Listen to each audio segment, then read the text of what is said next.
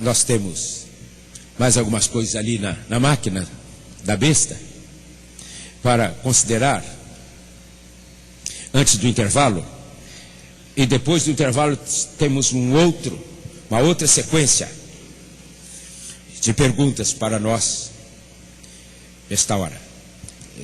Nós vamos considerar deste momento, guardar o seguinte, e antes disto, a outra palavrinha que nós recebemos é o que está no site, né? A Igreja da Palavra e do Poder. Vocês viram isso lá no site? Pois bem, aqui está já uma resposta a uma pergunta que está aqui também. A Igreja da Palavra e do Poder, o que é isto? O que é isso? Então, nesse parágrafo está a resposta mais completa. No encontro de julho, quando abrimos isso para os irmãos que vieram para aquele acontecimento que vocês insistiram, e eu não tive como escapar, teve que acontecer o de julho, não me parar de me perturbar, então fazer. E daquele eu caí naquela outra pressão de vocês para marcar esse segundo. E foi por causa desse assunto, a Igreja da Palavra e do Poder. Esse foi um tópico que a gente tratou apenas numa tarde. E então os irmãos levaram o livro para ler, porque não adiantava tratar desse assunto sem ler o livro. E como vocês não poderiam adivinhar, e não poderiam chegar aqui tendo lido o livro em julho, para saber do que estava. Agora, eu não vou perguntar quem leu, para que eu não corra o risco de ter alguma reação no íntimo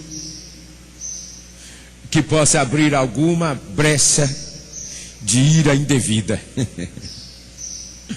Não vou perguntar quem leu. É claro que quem não leu não sabe do que estamos falando. E eu não gostaria de perguntar quem leu. E aqui estão as orientações, as condições para participar deste encontro. As condições para ser qualificado a preparar-se especificamente, cada participante precisará ler 4 livros, sendo que um em 2 volumes. E vocês sabem que esta é uma das razões porque alguns desistiram de vir. Felizmente, eles demonstraram um pouco de pontinho, e não vieram. E claro, eles iriam perder o tempo deles também, se viessem, sem terem lido. Porque tudo que nós estamos tratando desde então, parte desse pressuposto, de que lemos. Pelo menos os 2 livros, a Igreja da Palavra do Poder e a Autoridade para Curar. Como amanhã nós começaremos a ler os 2 livros, quer dizer, vamos ler cada um em média, eu disse ontem que era 30 minutos, mas talvez vá de 30 a 45 minutos para cada um. Poderá chegar isto.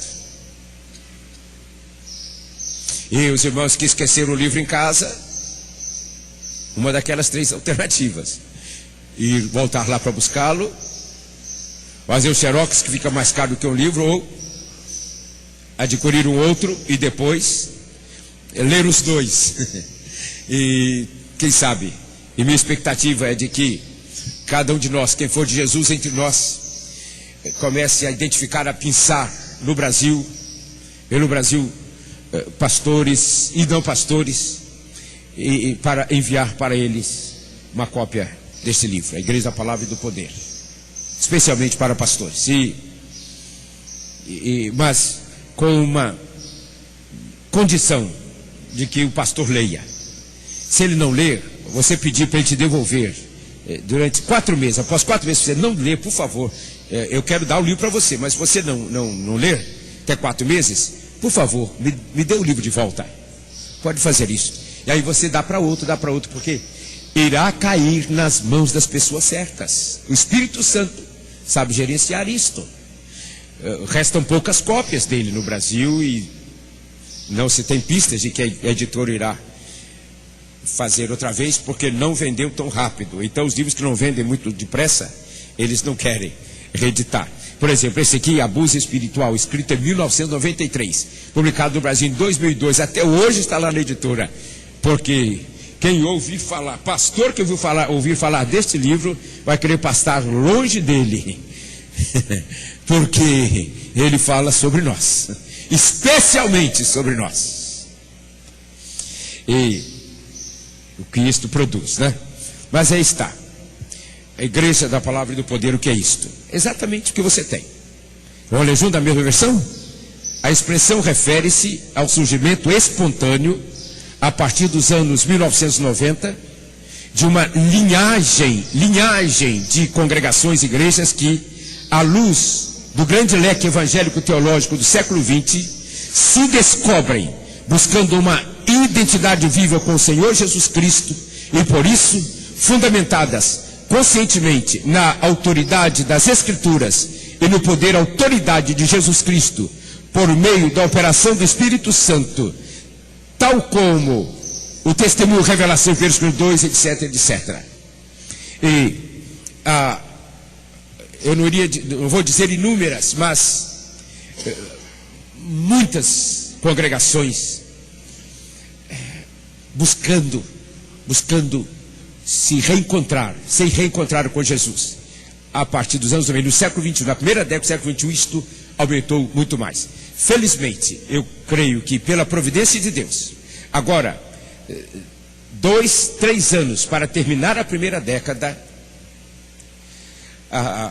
muito mais congregações e líderes entraram no estado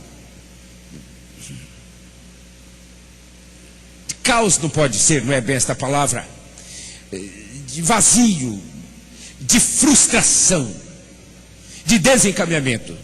Tenho tido o privilégio de ir a vários lugares, os irmãos, pela bondade deles, me convidam, grupos de pastores, e querem conversar, querem ter encontros, reuniões para conversar.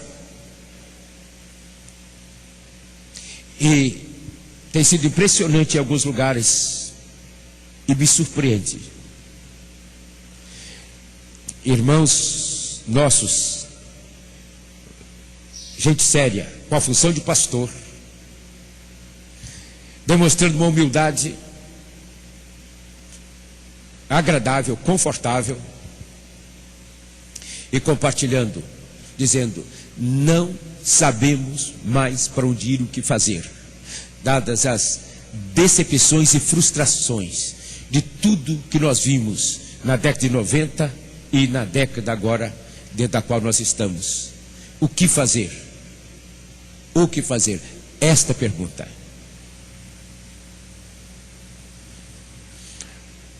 Estão buscando identidade, porque nas denominações históricas, nos chamados tradicionais, porque o irmão que escreveu esse precioso livro, esse testemunho, e eu creio que aqui está uma das expressões do ministério do Espírito Santo, uma das maneiras pelas quais Deus fala, o Espírito fala, os que têm ouvidos para ouvir.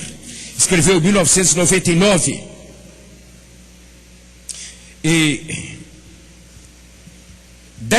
há 10 anos, e ainda é jovem, quando preparou este livro, muito maduro, e me alegrei muitíssimo, não só pelo que aqui está, testemunho e avaliação teológica,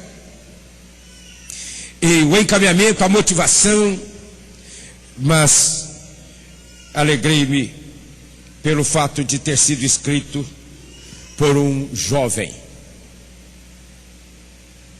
que tinha menos de 40 anos quando fez o que aqui está. E então a primeira parte, ele trata do conflito que surgiu, conflito teológico que surgiu no século XX, que fez aparecer uma nova palavra, o uso de um vocábulo no cenário evangélico que não era usado até então, ou seja, vocábulo tradicional. tradicionais, ou sistemas evangélicos chamados de tradicionais.